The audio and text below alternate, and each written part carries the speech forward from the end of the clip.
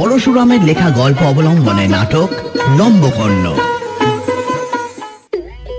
রায়বাহাদুর বংশলোচন ব্যানার্জি বেলেঘাটা বেঞ্চের honorary magistrate এবং জমিদার। বংশলোচনের চেহারাটি যৌবনে বংশীর মতোই ছিল বটে, কিন্তু এখন 40 পেরিয়ে সামান্য মোটা হয়ে পড়েছে। বিকেলে প্রত্যহ তাই তিনি খালের পাড়ে একটু হাঁটেন। আজ কিছুক্ষণ পায়চারির পর ক্লান্ত হয়ে বংশলোচন বাবু খালের ধারের একটা ঢিপির ওপর রুমাল বিছিয়ে বসে পড়লেন। ঘড়িতে 6:30 বাজে। বর্ষা এসে পড়েছে। আকাশে সজল মেঘের গভীর ঘনঘটা। এখন ঝড় জল হওয়া বিচিত্র নয়, উঠে পড়াই ভালো। তিনি ওঠার জন্য প্রস্তুত হয়ে হাতের বর্মা চুরুটে একটা বোম্বাই টান দিলেন। আর চুরুটে টান দিয়েছে কি দিইনি বিশ্বাস করবে না, হঠাৎ দেখি আমার জামার কোণ ধরে কে যেন টানছে। অদ্ভুত আওয়াজ, এইরকম। পিছন ফিরে দেখি না একটা ছাগল, এই যে এই পাঁঠাটা। কাউকেই দেখছি না। একবার ডাক দিলাম, তাও তার মালিক এলো না। ভাগাতে চেষ্টা করলেও যায় না। আবার এই বেটা দেখি ওই আহ্লাদে মানুষের মতো দু পায়ে দাঁড়িয়ে ছোট ছোট শিং দিয়ে ঢু মারে। আরেকবার ঠেলা দিতে যাব, বেটা দেখি আমার এই বর্মা চুরুটটা কেড়ে নিয়ে মহানন্দে চিবিয়ে চিবিয়ে খেয়ে নিল। খেয়ে নিয়ে আবার একটা অদ্ভুত আওয়াজ, আবার সেই ঢু। ভাবলাম আর একটা চাইছে, তা দিলাম কেস থেকে বার করে আর একটা। সেটাও দেখি বেটা খেয়ে নিল। তারপর আমার এই পাঞ্জাবির পকেট হাতড়াতে শুরু করলো। শেষ পর্যন্ত আমি সিগার কেসটা খুলে বেটার সামনে ধরলাম, সেটাও খেয়ে নিল চিবিয়ে চিবিয়ে। ভাবা যায়? তারপর কি ওই চুরুটের লোভে লোভে তোমার সঙ্গে চলে এলো তো? আর বলবেন না চাটুর্য মশাই, কার ছাগল কি বৃত্তান্ত কে জানে।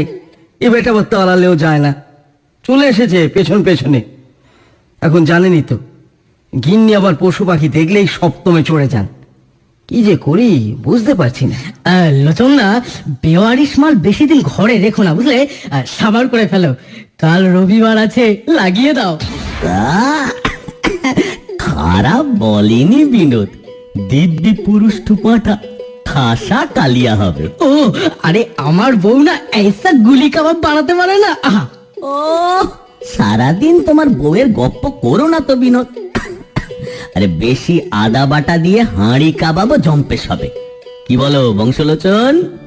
তোমাদের কি জন্তু দেখলে খেতে ইচ্ছে করে?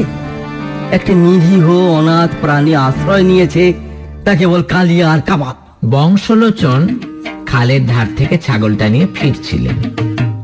মানিনি, মানে তার গিন্নিটিকে কিভাবে অবোধ প্রাণীটিকে আশ্রয় দিতে সম্মত করবেন তার ছক ভাবতে ভাবতে এখন বৈঠকখানায় বসে থাকা চাটুজ্জে বাবু এবং বিনোদ যখন সে বিষয়ে তাকে কোন রকম সাহায্য করার কোনো লক্ষণই না দেখে মাংস কি করে রান্না হবে সেই ভাবতে বসলেন, তখন তিনি হতাশই হলেন বলা চলে।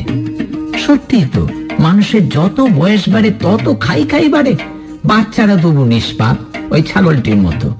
ছাগলটি দেখতেও বেশ, কুচকুচে কালো নধর দেহ, বড় বড় লটপটে কানের ওপর কচি পটলের মতো দুটি শিং বেরিয়েছে। বয়স বেশি নয়, এখনো অজাত শ্বশ্রু, ছাক শিশু। ঠিক এই সময়ে বৈঠকখানা ঘরে প্রবেশ করলো দুটি মানব শিশু, বংশলোচনেরই সন্তান, ঘেন্টু আর টেকু। ও বাবা, আমি পাটা খাবো। পাটা যা যা, বড়দের শুনে শুনে কেবল খাই খাই শিখছে। হ্যাঁ, আমি মেটুলি খাবো। আরে ভাই চুপ কর, তাহলে কিন্তু মার খাবি। বাবা, আমি পাঠাটাকে পুষবো, একটু লাল ফিতে দাও না। এই তো লক্ষ্মীমা, এই নে লাল ফিতে। ও একটু খাওয়া দাওয়া করে নিক, তারপর নিয়ে খেলো এখন। হ্যাঁ বাবা, পাঠার নাম কি বলো না? ও নাম ওই লম্বকর্ণ, ওর নাম লম্বকর্ণ, এই বলেই ডাকবি।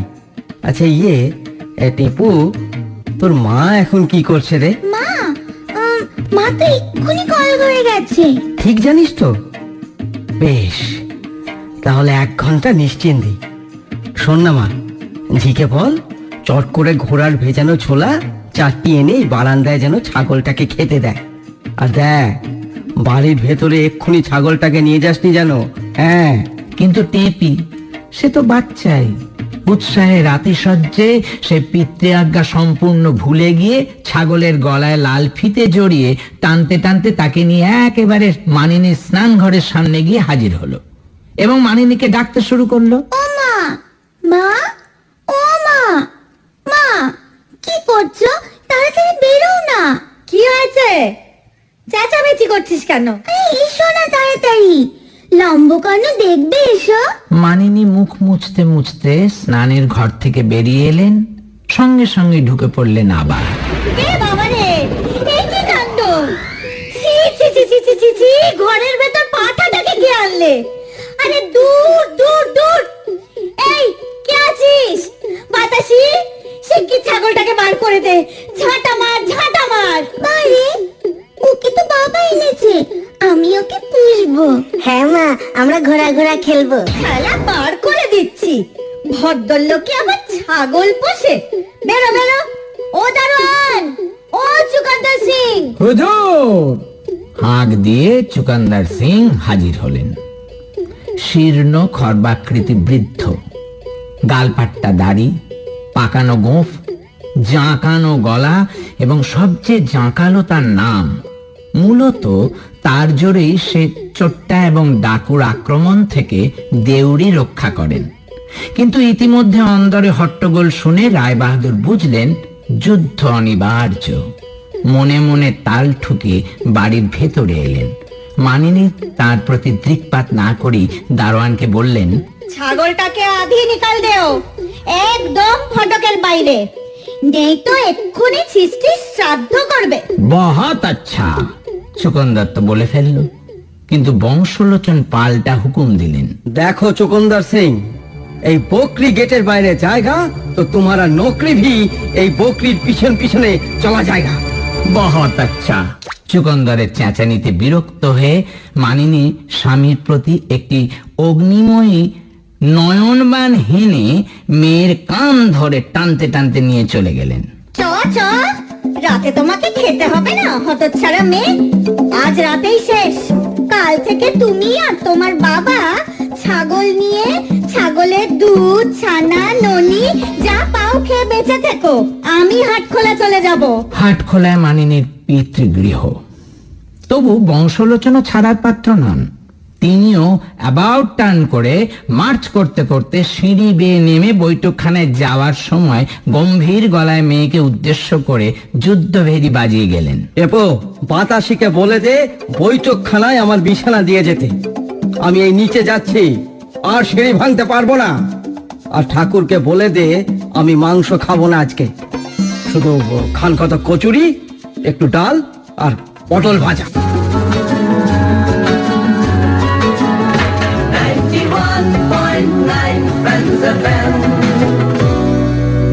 তোমার মনের স্টেশন। ফ্রেন্ডস হাসির গল্পে শুনছো পরশুরামের লেখা গল্প অবলম্বনে নাটক লম্বকর্ণ। পুরাকালে বড় লোকদের বাড়িতে একটি করে গোঁসা ঘর থাকত। গোঁসা হলে আর্য নারীগণ সেখানে আশ্রয় নিতেন। আর্য পুত্রদের জন্য তেমন কোনো পাকা বন্দোবস্ত ছিল না। তাঁরা গোঁসা হলে তাদের অন্য পত্নীদের বাড়িতে গিয়ে উঠতেন। কিন্তু এ যে সময়ের গল্প, সে সময় বৈঠকখানাই হয়ে দাঁড়িয়েছে আর্যপুত্রদের গোঁসা হলে আশ্রয় নেওয়ার একমাত্র উপায়। আর এখন তো জায়গার আরো অভাব। গোঁসা হলে ওই মাটির পৃথিবী ছেড়ে অনেকে অন্তর্জালে ইন্টারনেটেও সারা রাত কাটিয়ে দেন। যাই হোক, আহারান্তে বংশলোচন বৈঠকখানা ঘরে একা গিয়ে শুয়ে পড়লেন। ছোট আলোটা জ্বালিয়ে গীতাটিকে বুকের ওপর নিয়ে পড়তে আরম্ভ করলেন। চিত্ত চাঞ্চল্যের মহৌষধ ওই ছোট্ট বইটি। কত রকম ভাবনা যে ওই বইটি পড়তে পড়তে তার মাথায় কিলবিল করে তা কে বলবে। কর্মযোগ পড়তে পড়তে বংশলোচন চিন্তা করতে শুরু করলেন, দুর্গত একটি জীবকে আশ্রয় দিয়ে তিনি কি এমন গর্হিত কর্ম করে ফেলেছেন যার জন্য মানিনী এই রূপ ব্যবহার করেন। বাপের বাড়ি যাবেন বললেই হলো। আর তিনি ফিরিয়ে আনার নামও করবেন না। যখন গরজ হবে আপনি ফিরলে ফিরবে, না হলে ফিরবে না। গিন্নি শখ করে যে এত জঞ্জাল ঘরে পুষছেন তা তো বংশলোচন নীরবে বরদাস্ত করছেন। একই দিনে একটি নিম কাঠের জলচৌকি, একটা 4000 টাকার আয়না আর একটা রূপোর পিকদানি কেনার কোনো মানে হয়? আর তিনি একটি ছাগল পুষতে চাইলেই তার হলো যত দোষ। যত সব। বংশলোচন গীতাটি সরিয়ে রেখে আলোর সুইচ বন্ধ করলেন এবং কিছুক্ষণ পরে নাক ডাকতে শুরু করলেন।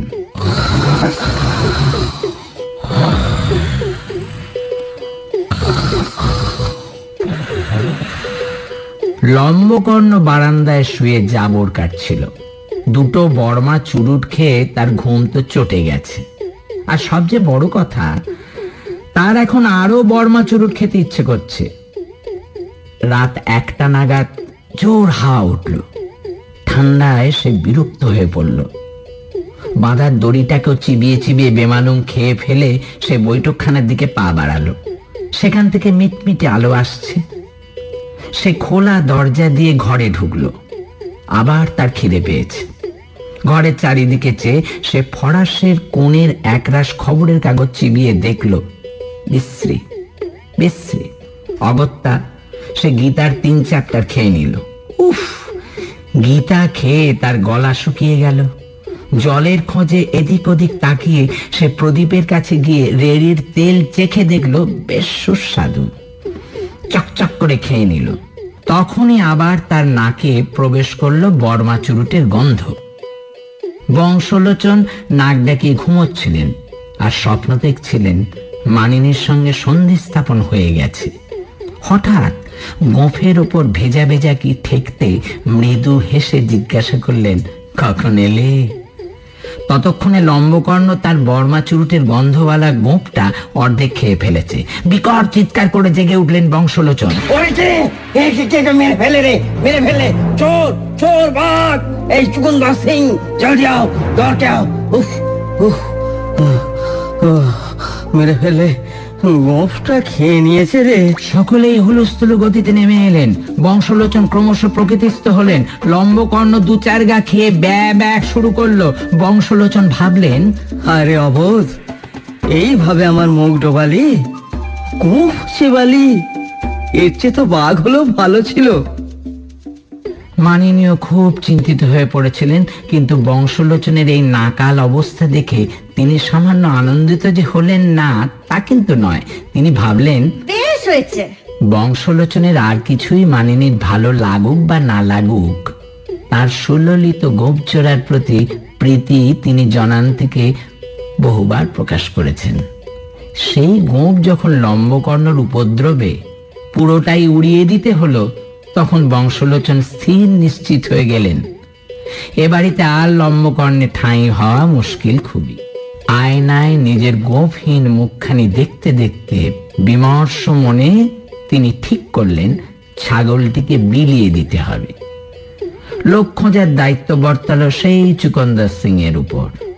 সে দুপুরের দিকে একটি লোককে এনে এত্তালা দিল, লাটু বাবু আয়ে হ্যায়। 3 জন সঙ্গীর সঙ্গে শ্রী লাটু বাবু এসে হাজির হলেন। আপনাদের কোত্থেকে আসা হচ্ছে? আগে আমরা Beleghata kerosene band master lord বল্লন্দি অধীন। লোকে লাটু বাবু বলে ডাকে। শুনলাম আপনি একটি পাঁঠা বিলিয়ে দেবেন, তাই সঠিক খবর নিতে এসেছি। কি বাজান আপনারা? কি বাজাই না বলুন মশাই, কলসাট হয়, কলসাট। কনসার্ট? ওই হলো। মোট কথা হারমোনিয়াম, কত্তাল, ডুগডুগি, ক্ল্যারিওলেট সব মিলিয়ে আমরা 19 জন কেরাসিন ব্যান্ড। দেখুন, আমার একটা ছাগল আছে, সেটি আপনাকে দিতে পারি যদি বলেন সযত্নে তাকে পালন করবেন। এ তো আপনি নতুন কথা বলছেন মশাই। ভদ্রলোকে কখনো ছাগল পোষে? এ তো পাখি লয় যে দুধ দেবে, পাখি লয় যে পড়বে, ভেড়া লয় যে কম্বল হবে। সে যাই হোক, বাজে কথা বলার আমার সময় নেই। নেবেন কি নেবেন না বলুন। তা আপনি যখন বলছেন এত করে, নিয়ে নেবো। হ্যাঁ, বেশ লিখছি। মনে থাকে যেন, বেচতে পারবেন না, কাটতে পারবেন না। সে আপনি ভাববেন না, লাটু নন্দীর কথার লড় চললেই। এদিকে লাটু বাবু তো দুপুর দুপুর লম্বকর্ণকে নিয়ে চলে গেলেন। আর সান্ধ্য আড্ডায় বসে বসে বংশলোচনের শুরু হলো মনস্তাপ। চাটুর্যবাবু এবং বিনোদ যথারীতি বৈঠকখানায় বসে। চাটুর্যে সাদা দাড়ির ফাঁক দিয়ে গুড়ুক গুড়ুক করে হুঁকো টানছেন।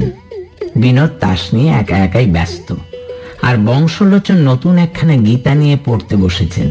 পড়ছেন আর ভাবছেন, শেষে বলেই ফেললেন, বেটাদের দিয়ে ভরসা হচ্ছে না, বুঝলে বিনোদ? কি যে করবে কে জানে। একদম ভাববেন না। আরে আপনার পাঠা গন্ধর্ব লোকে বাস করবে নিশ্চিত। আমার বউ যখন সিমলায় ছিল তখন আবার আবার বিনোদ তোমার বউয়ের গপ্প শুরু করলে? চুপ করো তো হে। ওরে, পন্থেও গীতাটা নামিয়ে রেখে একটু শোনো। ছাগলটাকে বিদায় দিয়ে ভালোই করেছো, বুঝলে? বাড়িতে রেখে বাড়তে দেওয়া উচিত হতো না। আমাদের মজিলপুরের চরণ ঘোষের একটা ছাগল ছিল, বুঝলে? তার নাম ছিল ভুটো। এবার চরণেরও তোমার মতন দয়ার শরীর, পাঁঠার আদর যত্নের সীমা নেই। বেটা খেয়ে খেয়ে খেয়ে খেয়ে হলো ইয়া লাশ, ইয়া সিং, ইয়া দাড়ি। একদিন চরণের বাড়িতে ভোজ, লুচি, পাঁঠার কালিয়া ইত্যাদি। আঁচাবার সময় কি দেখি যেন, কি সে বিশ্বাস করতে পারবে না, দেখি ভুটে দিব্যি চিবিয়ে চিবিয়ে পাঁঠার মাংস খাচ্ছে। হ্যাঁ, হাড়গুলো ফেলছে না, এমন কি বলেন কি? বললুম, দেখছো কি চরণ? এক্ষুনি ছাগলটাকে বিদেয় করো, বাচ্চা বাচ্চা নিয়ে ঘর করো, প্রাণে ভয় নেই। চরণ শুনলে না। এবার গরিবের কথা বাসি হলে মিষ্টি হয়। তার পরের দিন থেকে ভুটু নিরুদ্দেশ। সে কি? খোঁজ খোঁজ খোঁজ, কোথাও নেই। 1 বছর পরে মশাই সেই ছাগল সুন্দরবনে পাওয়া গেল। শিং নেই বললেই হয়, দাড়ি প্রায় খসে গেছে, মুখ একেবারে হাঁড়ি, বর্ণ হয়েছে যেন কাঁচা হলুদ, আর তার উপরে দেখা দিয়েছে মশাই ডোরা ডোরা কাটা কাটা দাগ। ডাকা হলো, ভুটে ভুটে। ভুটে উত্তর দিল, হলম। লোকজন দূর থেকে নমস্কার করে ফিরে গেল। ভাবা যায় সম্পূর্ণ ডারউইন। চাটুর্যের অবশ্য বাঘ সম্পর্কে তাই ধারণা। তার মনে হয় বাঘ হলো সমস্ত প্রাণীরই একটি বিশেষ অবস্থা, ছাগলেরও। এই নিয়ে তর্ক শুরু হবে হবে এমন সময় লাটুবাবু এসে হাজির। তার মুখ শুকনো, চুল উস্কো খুস্কো, চোখের তলায় কালি। বংশলোচন অত্যন্ত চিন্তিত হয়ে পড়লেন। এ কি হয়েছে, কি ব্যাপার? কি মশাই, আপনার পাঠা আপনি ফেরত নিন। এ সাক্ষাৎ শয়তান আমি আর রাখবো না। আহা, কি করেছে? কি করেছে বলছেন মশাই? কি করেনি বলুন? ঢোলের চামড়া কেটেছে, হারমোনিয়ামের চাবি চিবিয়ে ফাঁক করে দিয়েছে, আর আমার 1 প্যাকেট সিগারেট, 2 প্যাকেট বিড়ি, আমার প্যান্টের পকেটের 90 টাকার নোট পর্যন্ত গিলে ফেলেছে।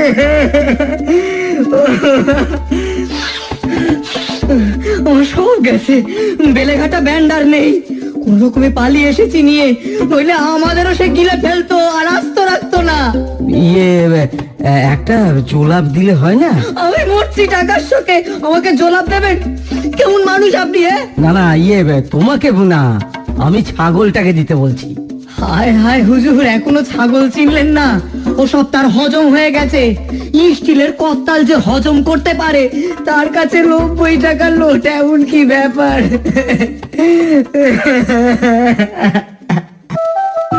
ফ্রেন্ডস হাসির গল্পে শুনছো পরশুরামের লেখা গল্প অবলম্বনে নাটক লম্বকর্ণ।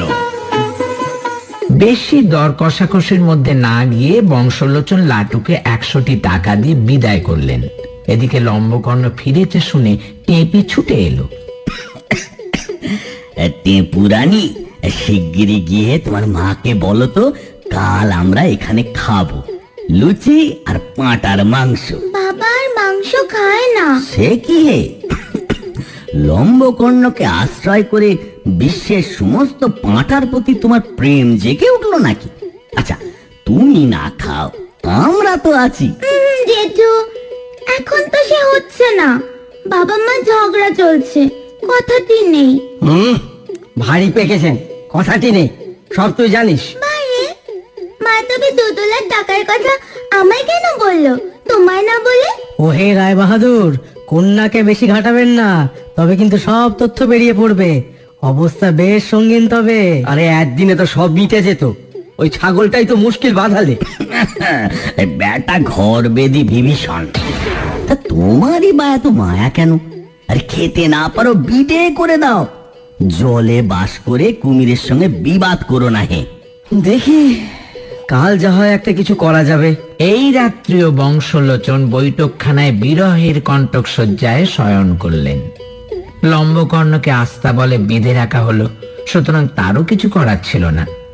পরদিন বিকেল 5:30টার সময় বেড়াতে বেরোনোর জন্য প্রস্তুত হয়েই চারপাশ ভালো করে একবার দেখে নিলেন বংশলোচন। না, কেউ দেখছে না। গিন্নি এবং ছেলে মেয়ে ওপরে, চুকন্দর সিং বসে বসে ঝিমোচ্ছে, চাকর বাকর ঘুমে কাদা। লম্বকর্ণ আস্তাবলের কাছে বাঁধা আছে এবং দড়ির সীমার ভেতরে যার পর নাই লাফালাফি করছে। বংশলোচন দড়ি হাতে নিয়ে ছাগল শুদ্ধ ক্রমে বাড়ির বাইরে বেরোলেন। আজ তিনি সহস্তে লম্বকর্ণকে যেখানে পেয়েছিলেন সেখানেই বিসর্জন দিয়ে আসবেন।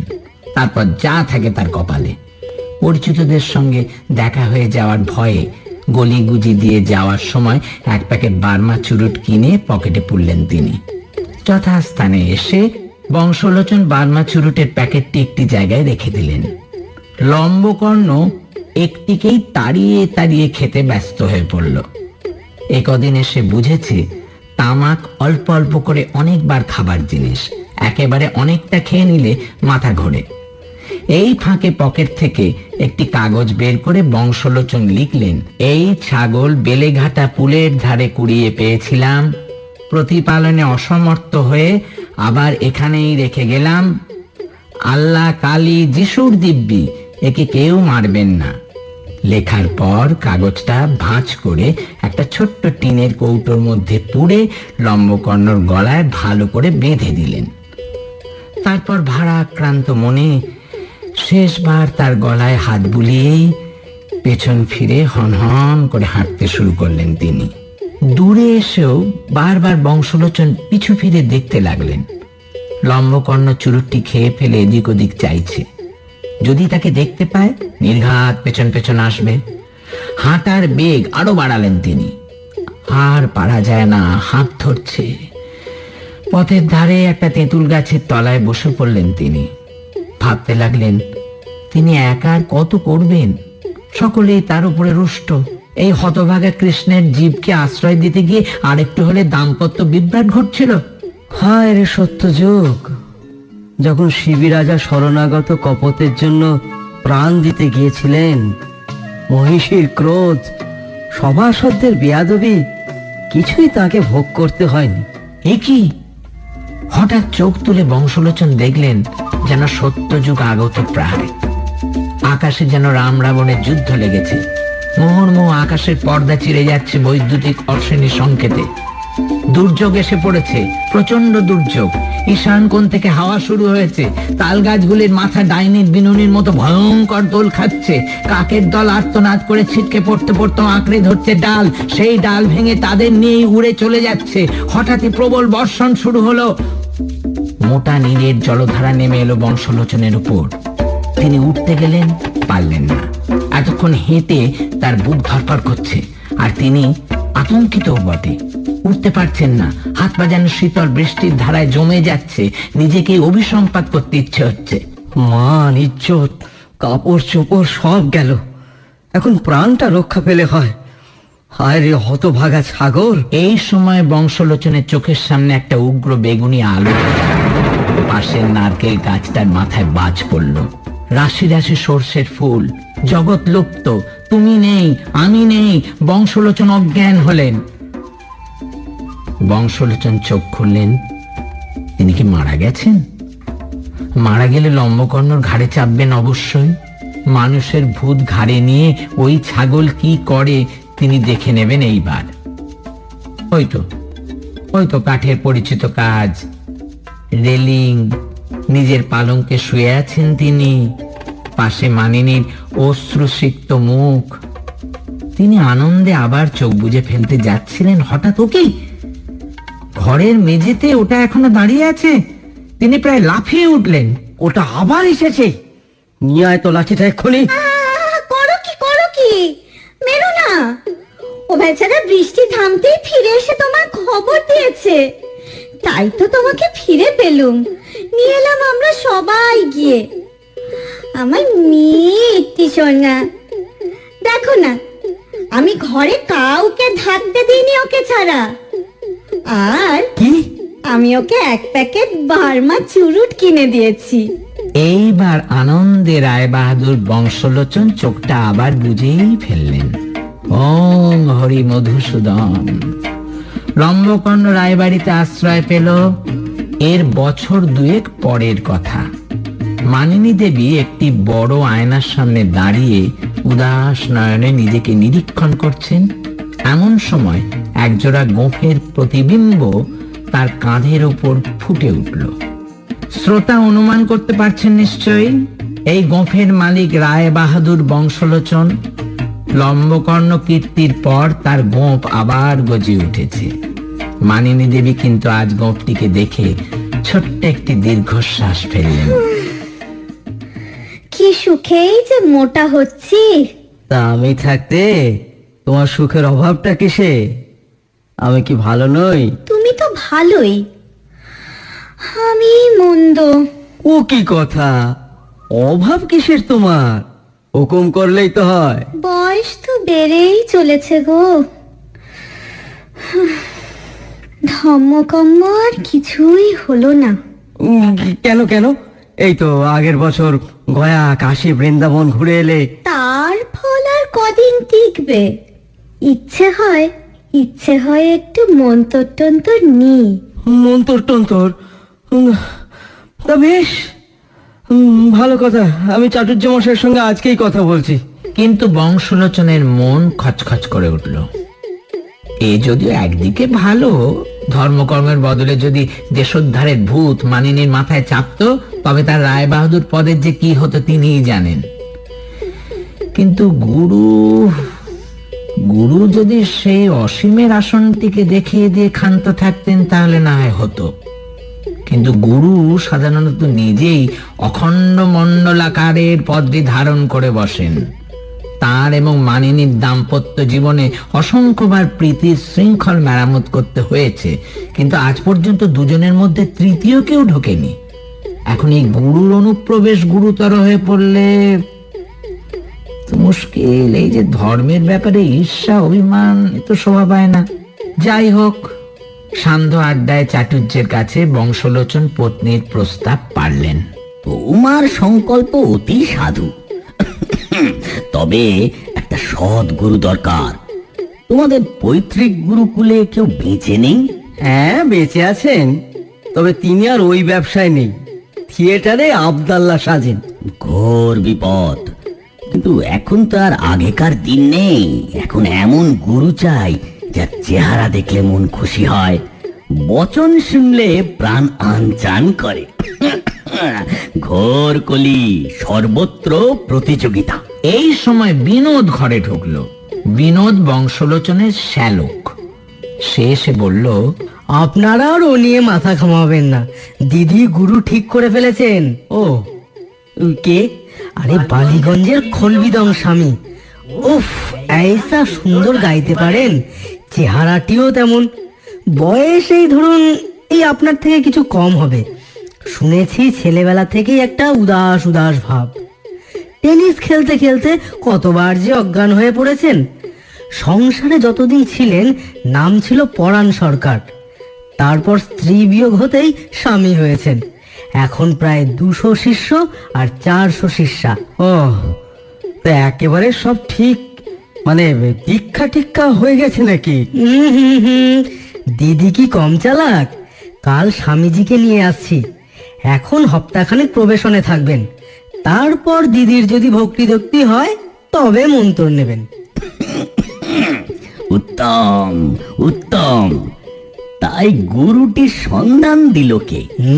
নামে দিয়েছি, আমার বউয়ের বন্ধুদের মহলেও খুব খ্যাতি, আপনারাও দেখলে মোহিত হয়ে যাবেন। বংশলোচনের হালকা দীর্ঘশ্বাসকে পাত্তাই না দিয়ে বিনোদ ফের তাস নিয়ে বসে পড়ল।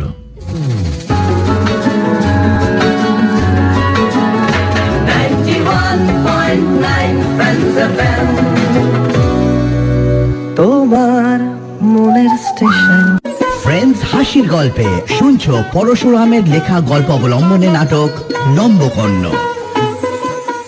পরদিন খলবিদাং স্বামীর শুভাগমন হলো। সঙ্গে কেবলমাত্র একটি কমণ্ডলু আর একটি বড় সুটকেস। বিনোদ মিথ্যে বলেনি, সত্যি তাকে দেখতে অপূর্ব। মধুর গলা, চোখে মহৎ প্রতিভান্বিত ঢুলু ঢুলু ভাব। 600 শিষ্য হওয়া কিছুই বিচিত্র কথা নয়। মানিনী দেবী প্রত্যহ শুদ্ধাচারে ভাবী গুরুদেবের সেবার আয়োজন করলেন। এদিকে খলবিদাঙের আগমনে মানিনীর অন্তরেও একটা সাড়া পড়েছে, যেন ভক্তি জেগে উঠেছে। নভেল পড়া, লেস বোনা, ছাঁটা পশমের আসন তৈয়ারি প্রভৃতি পার্থিব কাজকর্মে আর মন নেই। প্রথম দিনেই তিনি নিজের হাতে স্বামীজির উচ্ছিষ্ট পরিষ্কার করলেন। দ্বিতীয় দিন পাতে প্রসাদ পেলেন। তৃতীয় দিন বংশলোচন রোমাঞ্চিত এবং বিস্মিত হয়ে দেখলেন খলবিদাঙের চর্বিত আখের ছিবড়ে মানিনী পরম ভক্তি সহকারে চুষছেন। বংশলোচন বারবার স্মরণ করতে লাগলেন, সর্বং খলবিদাং ব্রহ্ম, সবই ব্রহ্ম। কিন্তু আখের ছিবড়ের ভেতর ব্রহ্মকে দেখলে চিত্ত বিদ্রোহী হয়ে পিত্ত চটে গিয়ে নৃত্য করতে শুরু করে। চাটুর্য মশাই সব শুনে বললেন, তাই তো, সত্যি বেশি বাড়াবাড়ি হচ্ছে। এই বিনোদটাই যত নষ্টের গোড়া। দেশি ঠাকুর মশাই তো দিদির মনে না ধরে একটা জটাধারী গাঁজাখোর নিয়ে এলেই তো পারতি। বারে, আমি কি করে জানবো দিদির অত ভক্তি হবে? আহা, এখন কি করা যায় বলুন না। শোনো, আমার মত যদি নাও, আমি বলবো তুমিও একটা ভৈরবী টৈরবী কিছু এনে সাধনা শুরু করে দাও।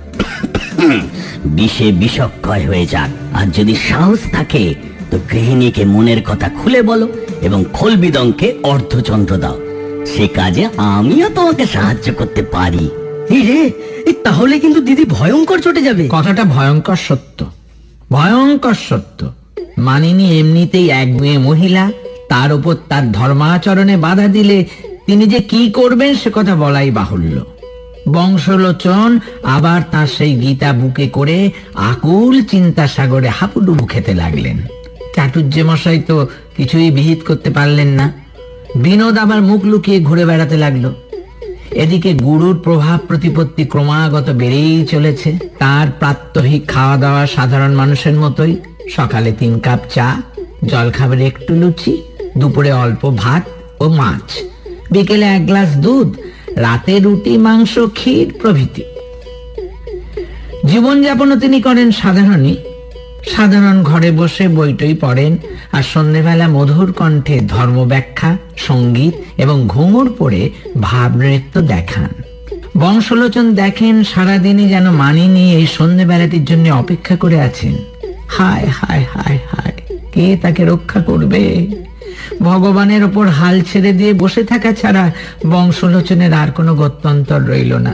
কিন্তু দুঃখের কথা, শ্রী ভগবানও কিছুই করতে পারলেন না। মানিনী মনস্থির করে ফেলেছেন খলবিদংকে গুরুত্বে বরণ করবেন। কাল সকালে দীক্ষা। বাড়ির পূব দিকে যে মাঠটি আছে সেখানে একটি বেদি রচনা করে চারিদিকে ফুলের টব দিয়ে সাজানো হয়েছে। খলবিদং নিজে ঘুরে ঘুরে সমস্ত তদারক করছেন। বংশলোচন, চাটুর্যে, বিনোদ 3 জনই একটু পেছনে দাঁড়িয়ে রয়েছেন। ওহে রায় বাহাদুর, একটা কথা বলবো, কিছু মনে করবে না তো? বলুন। বলছি কি, এমন মঞ্চ সাজিয়ে দীক্ষা তো দেখিনি কখনো। এইভাবে ইউরোপিয়ানদের বিয়ে হয় কিনা?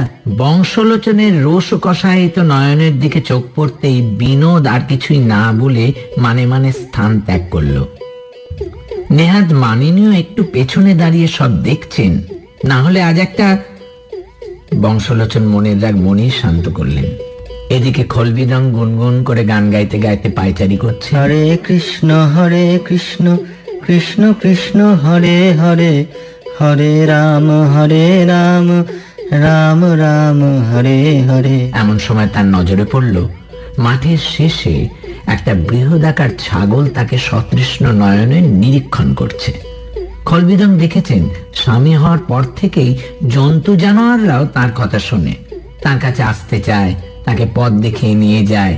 এ তার ভুল ধারণাও হতে পারে, কিন্তু সেই ধারণার বশবর্তী হয়েই তিনি সেই ছাগলটির দিকে এগিয়ে গেলেন।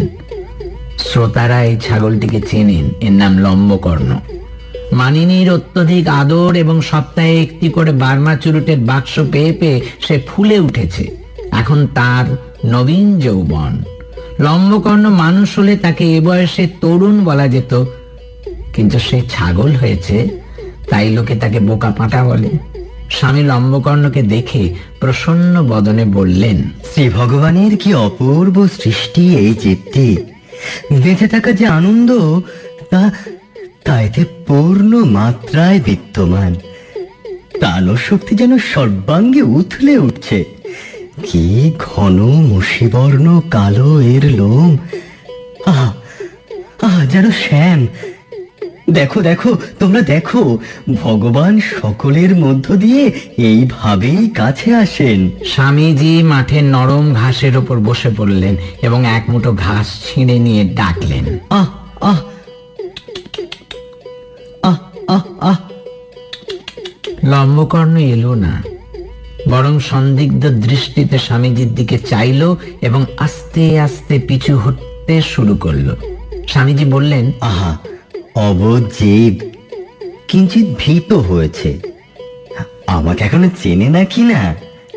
না না, তোমরা ওকে তাড়া দিও না। জীবকে আকর্ষণ করার উপায় তাড়া দেওয়া নয়, তাকে আকর্ষণ করার উপায় হচ্ছে অসীম করুণা, অগাধ তিতিক্ষা। আহ আহ আহ আহ আহ আহ আহ। কেউ তারা দিক আর নাই দিক, লম্বকর্ণ ভীত হওয়ার চিজ নয়। আসল কথা এই যে খলবিদংয়ের বিশ্বাস সমস্ত জীবই নাকি তার প্রতি আকৃষ্ট হয়, তার ভালো করতে চায়, এসব মিথ্যে। প্রথম দর্শনেই লম্বকর্ণর অন্তত তার প্রতি একটি অহেতুক অভক্তি জন্মেছে। আর তার সেই মুখের হাসি, লম্বা লম্বা মধুর বাক্য এবং ওই আহ আহ তু তু তু তু তু শুনে সেই অভক্তি ক্রমাগত একটি বেয়ারা বদ খেয়ালে পরিণত হয়েছে। লোকে যাই বলে বলুক, লম্বকর্ণ মোটেই বোকা নয় আর অসহায়ও নয়। ছাগল হলেই তো হলো না, তার একটা সহজাত বৈজ্ঞানিক প্রতিভা রয়েছে। লম্বকর্ণ কলেজে পড়েনি, পাশ করেনি, তবু জানে যথেষ্ট বেগ আহরণ করতে হলে যথাসাধ্য দূর থেকে দৌড়তে শুরু করাই যুক্তিসঙ্গত। তার আরো জানা আছে যে তার দেহের এই 1.5 মণ মাংস যদি বেগের অঙ্ক দিয়ে গুণ হয়, তবে যে ভরবেগ মানে মোমেন্টাম তৈরি হয়, মানুষের পক্ষে তার ধাক্কা সামলানো অসাধ্য। বেশ কিছু দূর পিছু হটে লম্বকর্ণ এক মুহূর্ত স্থির হয়ে দাঁড়ালো। তারপর ঘাড় নিচু করে শিং বাঁকিয়ে স্বামীজির নধর ভড়িটি নিশানা করে নক্ষত্র বেগে সামনের দিকে লাগালো এক ছুট। কেউ কিছু বোঝার আগেই নিমেষের মধ্যে লম্বকর্ণের প্রচন্ড গুঁতো ধাই করে লক্ষ্যস্থলে পৌঁছলো। খলবিদং কোনো শব্দ না করতে পেরে ধরাশায়ী হলেন। বংশলোচন মনে মনে বললেন, ব্রাভো ব্রাভো। তার মনে হলো লম্বকর্ণ তার দিকেই তাকিয়ে আছে, তিনিও তার দিকে তাকিয়ে হাসলেন। শুধু বোরিক কম্প্রেস, পেট ফুটো হয়নি, চোটও বেশি লাগেনি, তবে শখটা খুব খেয়েছেন। একটু পরেই উঠে বসতে পারবেন, তখন আবার 2 ড্রাম ব্র্যান্ডি দেবেন। ব্যথাটা সারতে 1 দিন 15 লাগবে। স্বামীজি বিছানায় শুয়ে আছেন, ঘরে শুধু মানিনী আর বংশলোচন। ডাক্তার অত্যুক্তি করেননি। কিছুক্ষণ পরেই খলবিদং চাঙা হয়ে উঠে বসলেন, বললেন, ছাগলটা গেল কোথায়? সেটাকে বেঁধে রাখা হয়েছে, আপনার কোনো ভয় নেই।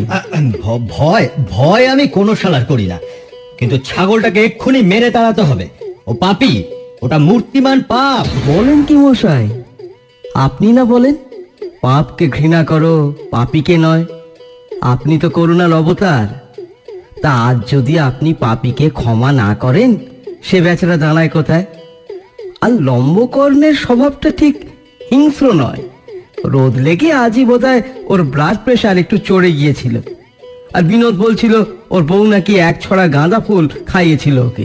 না না না না না, দেখুন রায় বাহাদুর, ওইসব আমি শুনতে চাই না। এ বাড়িতে দুজনের স্থান নেই। আপনি যদি চান এই বাড়িতে আমি থাকি, তবে ও বেটাকে তাড়াতেই হবে। বেশ তো গো, কি বলো? লম্বকর্ণকে তাহলে বিদায় দেয়া যাক এবার, নাকি? অনেকদিনই তো রইলো। মানিনী এতক্ষণ দুজনের কথা শুনছিলেন। হঠাৎ লম্বকর্ণকে তাড়িয়ে দেওয়ার প্রস্তাব করা মাত্রই তার যেন কি একটা হলো। তিনি চমকে উঠে সবেগে ঘাড় নেড়ে বললেন, বাপরে, না না না না না, সে আমি পারবো না। এই বলেই তিনি শটান ধূপধাপ করতে করতে কোথা থেকে বংশলোচনের এক পাটি ছেঁড়া মোজা টেনে এনে মেরামত করতে শুরু করলেন। খলবিদং কম অবাক হলেন না। তিনি বললেন, বেশ, তবে আমি এই বাড়ি থেকে বিদায় হই। বংশলোচন উঠে স্বামীজির পিঠে হাত বুলিয়ে দিয়ে বললেন, ঠিকই ধরেছেন। এই নির্বান্ধব পুরীতে দুশ্মন ছাগল রূপী শয়তানের হাতে কেন আর প্রাণটা খোয়াবেন? ঘরে যান, বেঁচে থাকলে আরো অনেক শিষ্য জুটবে। আসুন আসুন, আমি ট্যাক্সি ধরে দিচ্ছি। গুরুদেবকে ট্যাক্সিতে উঠিয়ে দিয়ে ফিরে আসার পথে বংশলোচন লম্বকর্ণের জন্য এক প্যাকেট আমেরিকান চুরুট কিনে নিয়ে এলেন।